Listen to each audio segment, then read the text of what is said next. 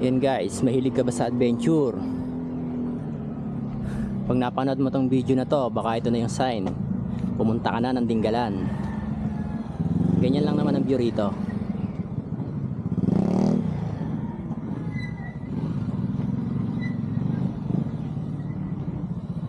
Nandito ako ngayon sa butas na bato.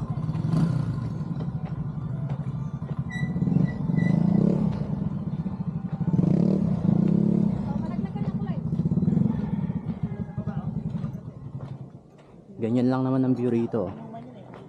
Ganyan kaganda rito. Yan. The best.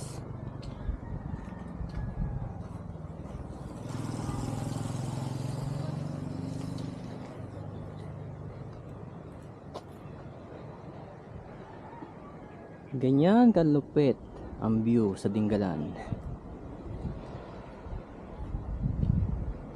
Sobrang ganda.